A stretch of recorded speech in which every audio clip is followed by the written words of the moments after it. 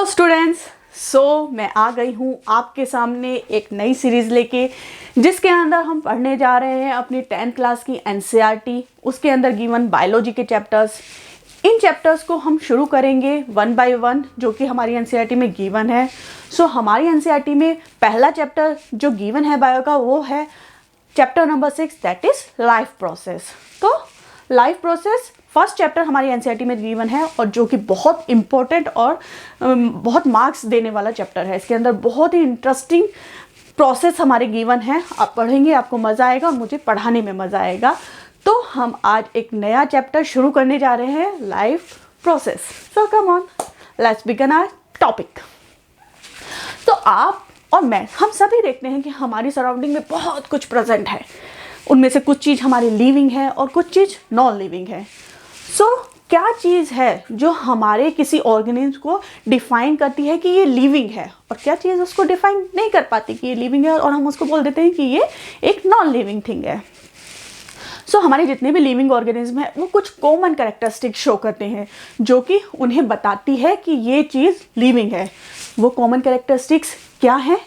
वो है हमारी, जैसे कि रेस्पिरेशन हो गया, ग्रोथ हो गई, मूवमेंट हो गया, एक्सक्रीशन हो गया, रिप्रोडक्शन हो गया, और मैनी मोर, जो कि हमें बताते हैं कि ये चीज़ हमारी लिविंग है। तो इसको याद करने के लिए कि अगर हमसे कोई पूछने लगे कि लिविंग ऑर्गेनिज्म की कैरेक्टरिस्टिक्स बताइए, तो आप इजीली बता पाएँ और आप भूलें ना, तो एक एक्रोनॉमी हमारे पास है जिसको हम बोलते हैं मिसेस ग्रेन। तो उसके अंदर हमारी जितनी भी life process living organism show करते हैं उसको याद करने के लिए दिया गया है। तो जिसमें हमारा M फॉर मूवमेंट है, R फॉर रेस्पिरेशन है, S फॉर सेंसिटिविटी है, एंड G फॉर ग्रोथ है, और R फॉर रिप्रोडक्शन है, E फॉर एक्सक्रीशन है, एंड N फॉर न्यूट्रिशन है। है ना बच्चे, इजी, आप भी याद कर पाएंगे और कभी भूलेंगे भी नहीं। तो इसको एक इजी वे में याद करने के लिए ये एक एक्रोनॉमी है, अब याद रखना। चलो, तो ये तो हो गया हमारा कि लिविंग ऑर्गेनिज्म की सर्टेन कॉमन कैरेक्टरिस्टिक्स। पर हमारे जो लिविंग ऑर्गेनिज्म होते हैं उनके अंदर कुछ वाइटल प्रोसेस भी चल रहे होते हैं, जो कि उनको असेंशियल हैं मेंटेन करने के लिए होमोस्टेसिस एंड सस्टेनेबल, और कहते हैं प्रॉपर फंक्शनिंग ऑफ बॉडी के लिए। तो जो होमोस्टेसिस, अगर आपको नहीं पता है तो मैं बता देती हूँ। होमोस्टेसिस एक जो है प्रोसेस है जो कि हमारी बॉडी के अंदर चल रहा होता है, फॉर सेल्फ रेगुलेटिंग प्रोसेस कहते हैं इसको, जो दैट मेंटेन करता है हमारी स्टेबिलिटी को, और अंडर मतलब कि कंडीशंस के अंदर एडजस्ट करके, कंडीशन जो हमारे अवेलेबल होते हैं उनमें एडजस्ट कर देता है, और एक बेटर सर्वाइवल हमें प्रोवाइड करता है। ठीक है ना। तो ये हो गया होमोस्टेसिस। ये भी हमारी बॉडी के लिए ज़रूरी होता है, क्योंकि हमारी बॉडी के अंदर बहुत सारी चीज़ें ऐसी चल रही होती हैं कि उनको हमें मेंटेन करने की ज़रूरत होती है। तो ये प्रोसेस भी हमारी बॉडी के अंदर चलता रहेगा, तो हमारी बॉडी फिट एंड फाइन रहती है। तो ये तो हो गया हमारा लाइफ प्रोसेस। पर ये लाइफ प्रोसेस क्या तभी काम करता है जब हम खड़े हैं या जब हम एक्टिव मोड में हैं, तभी लाइफ प्रोसेस काम करता है? तो बच्चा, ऐसा नहीं है। ये लाइफ प्रोसेस तब भी काम कर रहा होगा जब आप सो रहे होंगे। ये लाइफ प्रोसेस तब भी काम कर रहा होगा जब आप आराम से बैठे होंगे, टीवी देख रहे होंगे, या फिर सोच रहे होंगे। तो लाइफ प्रोसेस एक नॉन स्टॉप प्रोसेस है जो चलता ही रहता है, क्योंकि हमारी बॉडी बहुत ज़्यादा टिपिकल है, और इसको मेंटेन करने के लिए इन प्रोसेस को कंटिन्यू मोड में रहना पड़ता है। ऐसा नहीं है कि हम जब एक्टिव हैं या हम को काम कर रहे हैं तभी हमारी बॉडी के अंदर लाइफ के प्रोसेस चल रहे होते हैं। बहुत हेक्टिक काम है बच्चा इन प्रोसेस का यही कर पा सकते हैं। जितने भी लिविंग ऑर्गेनिज्म हैं सभी जो है ये लाइफ प्रोसेस करते हैं, चाहे वो प्लांट होंगे, एनिमल्स होंगे, और जितने भी बैक्टीरिया जो भी है, जो भी लिविंग है, वो हमारी लाइफ प्रोसेस को कंटिन्यू कर रहे हैं। तो लाइफ प्रोसेस के अंदर कौन कौन से मेजर प्रोसेस हैं जो आते हैं? तो इसके अंदर बेसिकली कौन कौन से आते हैं? न्यूट्रिशन आता है, रेस्पिरेशन आता है, और क्या आता है? आप में से कोई बताएगा? मेटाबॉलिज्म हो गया, फोटोसिंथेसिस हो गया, एक्सक्रीशन हो गया। ये सारे प्रोसेस जो है हमारी लाइफ प्रोसेस के अंदर आते हैं, और ये परफॉर्म होते हैं, जो कि हमारे लिए बहुत ज़्यादा ज़रूरी हैं। तो इन प्रोसेस को हम अपनी बॉडी के अंदर महसूस करते हैं। तो लाइफ प्रोसेस की जो हमारी डेफिनेशन हम बोलेंगे वो ये कहेंगे कि life process is a basic and essential process जो कि रिक्वायर्ड होता है to maintain a sustainable life. तो ये हमारी डेफिनेशन हो गई, आप इसको नोट डाउन भी कर सकते हैं। तो अगर आप अपने आंसर में लिखेंगे तो बहुत अच्छा मार्क्स मिलेंगे, मतलब कि हर किसी की एक डेफिनेशन होती है तो आप उसको देना ज़रूरी होता है। तो ये हो गया बेसिकली। पर लाइफ प्रोसेस क्या मल्टी सेलुलर ऑर्गेनिज्म ही होते हैं जैसे कि हम हैं, और यूनिसेलुलर में नहीं होते। तो लाइफ प्रोसेस जो है हमारे दोनों में होते हैं, चाहे वो मल्टी सेलुलर ऑर्गेनिज्म हो चाहे वो यूनिसेलुलर ऑर्गेनिज्म हो। बस डिफरेंस होता है कि यूनिसेलुलर ऑर्गेनिज्म के अंदर जो लाइफ प्रोसेस होते हैं वो उनकी एक सिंगल सेल ही पूरा परफॉर्म कर देती है, और जो मल्टी सेलुलर ऑर्गेनिज्म होते हैं उनके अंदर जो लाइफ प्रोसेस परफॉर्म करने का जो प्रोसेस है वो एक वेल डिफाइंड सिस्टम होता है, ठीक है ना। तो ये बेसिकली हमारी दो डिफरेंस है यूनिसेलुलर और मल्टी सेलुलर के अंदर, पर होते दोनों के अंदर हैं। तो पहला हमारा लाइफ प्रोसेस जो हम पढ़ने जा रहे हैं वो है न्यूट्रिशन। न्यूट्रिशन क्या है भाई? भूख तो सबको लगती है, तुम्हें भी लगती है, मुझे भी लगती है, प्लांट को भी लगती है, बैक्टीरिया को भी लगती है, एल्गी को भी लगती है, फंजाई को भी लगती है, सबको भूख लगती है। सबको अपनी लाइफ की प्रोसेस कंटिन्यू करने के लिए न्यूट्रिशन की ज़रूरत है। क्या तुम बिना खाना खाए रह सकते हो? भाई 2 दिन की फास्टिंग के बाद सबको ऐसा लगता है कि अब तो खाना चाहिए, और हमारी बॉडी का कोई मतलब कि फंक्शनिंग जो है प्रॉपरली नहीं हो पाती, क्योंकि न्यूट्रिशन की ज़रूरत हमें होती है। सो the process of acquiring food that is essential for the nourishment and sustainability of an organism is called nutrition, ठीक है ना। तो हमारी लाइफ को मेंटेन करने के लिए और हमारी लाइफ को एक सस्टेनेबल फॉर्म में चलाने के लिए जो भी न्यूट्रिएंट्स की ज़रूरत होती है या न्यूट्रिशन की ज़रूरत होती है उसको हम न्यूट्रिशन बोलते हैं। न्यूट्रिशन बहुत ही ज़रूरी हो गया। किस किस चीज़ के लिए ज़रूरी होता है न्यूट्रिशन? न्यूट्रिशन हमारे को एनर्जी प्रोवाइड करता है, न्यूट्रिशन हमें ग्रोथ प्रोवाइड करता है, न्यूट्रिशन हमें डेवलपमेंट प्रोवाइड करता है, न्यूट्रिशन हमारी बॉडी के अंदर जितनी भी डैमेजेस हो रही हैं उनको रिपेयर करता है, और न्यूट्रिशन हेल्प करता है अदर मेटाबॉलिक एक्टिविटीज़ में भी। सो न्यूट्रिशन तो बहुत ज़रूरी है, उसके बिना हमारी बॉडी परफॉर्म ही नहीं कर पाएगी। एनर्जी की ज़रूरत सबको होती है, तो हमें भी है, और सभी लिविंग ऑर्गेनिज्म को एनर्जी की ज़रूरत होती है। पर देयर मोड जो है न्यूट्रिशन का अलग अलग हो सकता है, पर न्यूट्रिशन सबको चाहिए। ये हो गया न्यूट्रिशन। पर हमने सुना है कि न्यूट्रिशन के अंदर हम काफ़ी बार कहते हैं न्यूट्रिएंट। तो ये न्यूट्रिएंट क्या है? क्या आपको पता है न्यूट्रिएंट क्या है? न्यूट्रिएंट कुछ भी नहीं है, जो हमारे न्यूट्रिशन के कंपोनेंट होते हैं, यानी कि हमारे फूड के जो कंपोनेंट होते हैं उनको हम न्यूट्रिएंट कहते हैं। इनके अंदर कौन कौन से कंपोनेंट होते हैं हमारे न्यूट्रिएंट के? तो आप देख सकते हैं कि न्यूट्रिएंट के बेसिकली कौन कौन से कंपोनेंट होते हैं, जैसे कि प्रोटीन हो गया, फैट हो गया, कार्बोहाइड्रेट हो गया और विटामिन्स हो गए। ये सारे जो है एक न्यूट्रिशन के कंपोनेंट होते हैं जिनको हम न्यूट्रिएंट कहते हैं। न्यूट्रिशन मतलब फूड के कंपोनेंट, और उनको हम न्यूट्रिएंट कहते हैं। तो सब ये बाद में जाके हमारी बॉडी के अंदर मतलब कि न्यूट्रिशन जो है टूटता है और अपने अपने सेपरेट उसमें कंपोनेंट्स में टूटता है, फिर उनका अलग प्रोसेस होता है, तो वो डिटेल में पढ़ेंगे।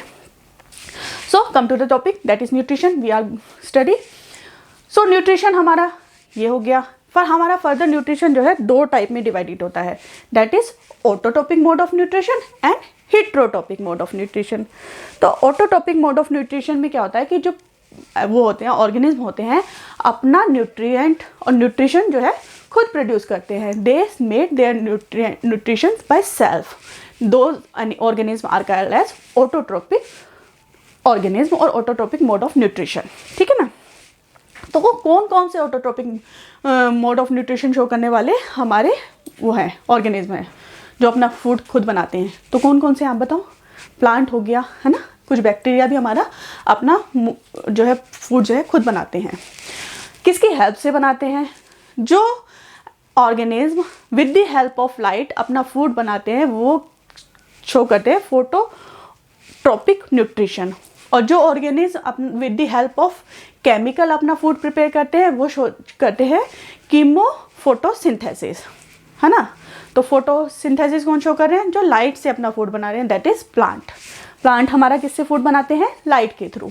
जबकि हमारे जो बैक्टीरिया होते हैं, जितने भी बैक्टीरिया हैं, मतलब कुछ बैक्टीरिया हैं, जितने भी नहीं, कुछ बैक्टीरिया हैं जो हमारे केमिकल के थ्रू जो है अपना फूड बनाते हैं। और वो कौन सा मोड ऑफ न्यूट्रिशन शो करते हैं? कीमोफोटोसिंथेसिस। ये हो गया हमारा ऑटोट्रोपिक। और दूसरा क्या बताया हमने? Heterotrophic mode of nutrition. Heterotrophic mode of nutrition क्या होता है कि जो ऑर्गेनिज्म होते हैं वो अपना फूड जो है दूसरों से एक्वायर करते हैं। जैसे कि हम क्या करते हैं? अपना फूड या तो प्लांट के थ्रू यूज़ करते हैं, जो नॉन वेजिटेरियन है वो नॉन वेज के थ्रू अपना फूड एक्वायर करते हैं। कुछ बैक्टीरिया भी ऐसे होते हैं, कुछ फंजाई भी हैं जो कि heterotrophic mode of nutrition show करते हैं। ये अपना फूड खुद नहीं बनाते, जहाँ की जो ऑटोट्रोपिक हैं वो जो है अपना फूड किसके थ्रू बना देते हैं? इनऑर्गेनिक कंपाउंड के थ्रू। जबकि हम जो हेट्रोट्रोपिक होते हैं वो अपना फूड किसके थ्रू बनाते हैं? वो बनाते हैं हमारा ऑर्गेनिक के थ्रू। हमारा ऑर्गेनिक कंपोनेंट को हम यूज़ करते हैं, ठीक है ना। ये हो गया हमारा वो हेट्रोट्रोपिक मोड ऑफ न्यूट्रिशन। और ये डिराइव कर लेते हैं फ्रूट फ्रॉम अदर। और heterotrophic mode of nutrition further सब डिवाइडेड होता है। किस किस में? 3 है हमारा। एक है होलोजोइक मोड ऑफ न्यूट्रिशन, एक है सेप्रोफाइटिक मोड ऑफ न्यूट्रिशन, एक है पैरासाइटिक मोड ऑफ न्यूट्रिशन। तो ये 3 मोड ऑफ न्यूट्रिशन है जो कि हमारे शो होते हैं हमारे हेट्रोट्रोपिक उसमें प्रोसेस के अंदर। सो हम स्टेप बाय स्टेप सबको पढ़ते हैं कि किसके अंदर क्या क्या हो रहा है। तो होलोजोइक मोड ऑफ न्यूट्रिशन से हम शुरू करते हैं। होलोजोइक कौन सा होता है कि जो ऑर्गेनिज्म जो है फीड करते हैं ऑर्गेनिक कंपाउंड में। जैसे कि हम फीड कर रहे हैं, हम डायरेक्ट फूड को इंजेस्ट कर लेते हैं, फिर जब हमने उसको इंजेस्ट किया तो वो हमारी बॉडी के अंदर गया। बॉडी के अंदर हम उस फूड को जो है डाइजेस्ट करेंगे। जब वो डाइजेस्ट हो जाएगा तो हमारी बॉडी उसमें से जितने भी न्यूट्रिएंट्स हमारी बॉडी को ज़रूरत है उनको एब्जॉर्ब करेगी हैं, और जो वेस्ट होगा उसका एक्सक्रीशन कर देगी। तो ये क्या हुआ हमारा होलोजोइक मोड ऑफ न्यूट्रिशन, है ना। पूरा उस पर हमने उसको पूरे ऑर्गेनिक मैटर को ले लिया, खा लिया, सॉलिड को खा लिया ऑर्गेनिक को, वो हमारी बॉडी के अंदर गया, उसका डाइजेशन हुआ, उसका एब्जॉर्प्शन हुआ और एक्सक्रीशन हो गया। ये होलोजोइक मोड ऑफ न्यूट्रिशन है। इसके एग्जाम्पल कौन कौन से हैं? ह्यूमन बींग हो गए, पैरामीशियम हो गया, अमीबा, तीनों ये जो है same mode of nutrition show करते हैं, that is holozoic mode of nutrition. जो हमारा सेप्रोट्रोपिक मोड ऑफ न्यूट्रिशन है उसमें क्या होता है कि जो हमारा ऑर्गेनिज्म है वो डेड और डीकेइंग जो मैटर है, ऑर्गेनिक मैटर, उस पर फीड करते हैं। सड़ा गला खाना, है ना, अगर हम रख देते हैं तो हम देखते हैं कि उसमें कीड़े हो गए, है ना, वो ख़राब हो जाता है। तो उनका मोड ऑफ न्यूट्रिशन वही है, उनको वही पसंद है। तो वो क्या करते हैं कि पहले उस पर अटैक करते हैं। जैसे उनको खाना मिल गया तो वो उसको खाएंगे नहीं बल्कि उसको जो है बाहर ही डाइजेस्ट करना शुरू कर देते हैं, उसको ना ब्रेक डाउन करने लगेंगे और उसको सिंपल फॉर्म में लाएंगे। हमारी बॉडी के अंदर जो हमारा फूड है सिंपल फॉर्म में आ रहा है, पर वो उसको बाहर ही उसको सिंपलेस्ट फॉर्म में ले आएंगे। और जैसे ही वो सिंपलेस्ट फॉर्म में आ जाएगा वो उसको एब्जॉर्व कर लेंगे, और एब्जॉर्व करके उससे जो उनको एनर्जी रिक्वायर्ड है अपनी प्रोसेस करने के लिए, लाइफ प्रोसेस को करने के लिए, उसको वो यूज़ कर लेंगे। तो ये मोड ऑफ न्यूट्रिशन कहलाता है सेप्रोफाइटिक मोड ऑफ न्यूट्रिशन। ये कौन कौन शो करते हैं? तो ये शो करते हैं, हमने देखा है ईस्ट जो है वो शो करते हैं, ब्रेड मोल्ड जिसको हम राइजोपस भी बोलते हैं वो शो करती हैं, और मशरूम भी जो है हमारा saprophytic mode of nutrition show करता है। तो ये हो गए हमारे दो चीज़ें हमने पढ़ ली। थर्ड वन क्या है हमारा? That is parasitic mode of nutrition. मतलब कि उसमें क्या होता है? पैरासाइट हम बोलते हैं ना कि ये तो भैया पैरासाइट बन गया हमारा जिंदगी का, कुछ चीज़ को हम बोल देते हैं। तो वही पैरासिटिक मोड ऑफ न्यूट्रिशन क्या होता है कि ये क्या करते हैं, जो लिविंग ऑर्गेनिज्म होते हैं अपना खाना खुद नहीं बनाते, ये जो लिविंग ऑर्गेनिज्म हैं उनके ऊपर जो है जम जाते हैं, है ना, और अपना उनके बॉडी से ही अपने न्यूट्रिएंट्स जो है एब्जॉर्व करना शुरू कर देते हैं और अपनी लाइफ को चलाते रहते हैं। इसमें जो है ये 2 तरह के होते हैं कि या तो वो पैरासाइट जो है हमारी बॉडी के ऊपर होगा, मतलब कि हमारी बॉडी के ऊपर एक्सटर्नली प्रेजेंट होगा और वो हमारी बॉडी से न्यूट्रिएंट्स लेता रहेगा, या फिर वो पैरासाइट हमारी बॉडी के इनसाइड भी हो सकता है। तो ऑन और इन 2 फॉर्म है पैरासाइट्स की। अगर वो ऑन है तो वो एक्सटर्नल पैरासाइट हो गया, और अगर वो इन है तो वो इंटरनल पैरासाइट्स हो गया, ठीक है ना। इसके एग्जाम्पल क्या है? जो लाइस हो गया, है ना, टिक्स हो गया, और लाइस, टिक्स और लीच, ये जो हैं ये तीनों हमारे जो है एक्सटर्नल पैरासाइट्स हैं। ये हमारी बॉडी के ऊपर से हमारे न्यूट्रिएंट्स को एब्जॉर्ब करते हैं। जैसे लाइस हमारी सर के अंदर हो जाती है, अब तो किसी की नहीं होती, पर पहले हमने देखा था बहुत होती थी लोगों के सर में लाइस। तो वो क्या करते थे, ब्लड सक करती रहती थी। लीच होती हैं, ये सब जो है एक्सटर्नल पैरासाइट है, अपने न्यूट्रिएंट्स लेते लेते हैं। और जो इंटरनल होते हैं, जैसे टेपवार्म हो गया, और वो हो गया क्या कहते हैं लीवर फ्लूक, लीवर फ्लूक भी होता है वो, ये दोनों जो है हमारे इंटरनल पैरासाइट है। ये हमारी बॉडी के अंदर खा रहे होते हैं हमें अंदर ही अंदर, और हमें पता नहीं चलता। बट जब हमारी तबीयत ज़्यादा बिगड़ जाती है और हम प्रॉपरली डायग्नोज करते हैं तो हमें पता चलता है कि ये हमारी बॉडी में बैठे थे भाई साहब, और जो हमारे कोई खाए जा रहे थे। तो ये काम होता है पैरासाइट का। प्लांट्स के अंदर भी आपने देखी होगी, है ना, कसकुटा, क्या बोलते हैं कसकुटा ना, अमरबेल, वो उसके सारे न्यूट्रिएंट्स जो प्लांट्स बेचारा बनाता है मेहनत से, उनको चट कर जाती है और उसको सुखा देती है और खुद जीती है। तो ये है पैरासाइट का काम। तो पैरासाइट से तो हमेशा बचना चाहिए, है ना, हम मेहनत करें और वो मज़े लें। तो ये तो हो गया हमारा हेटेरोट्रोपिक मोड ऑफ न्यूट्रिशन। तो अब हम आगे बढ़ते हैं ऑटोट्रोपिक मोड ऑफ